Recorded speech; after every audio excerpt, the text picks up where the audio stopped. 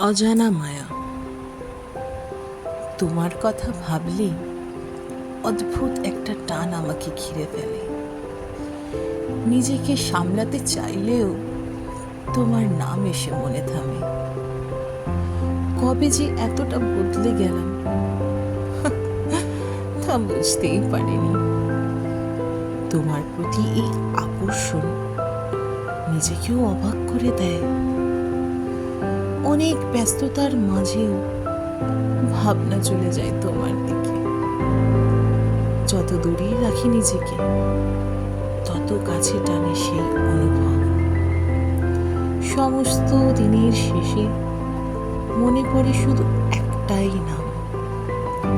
হয়তো এটাকেই বলে অকারণ টান, অজানা মায়া।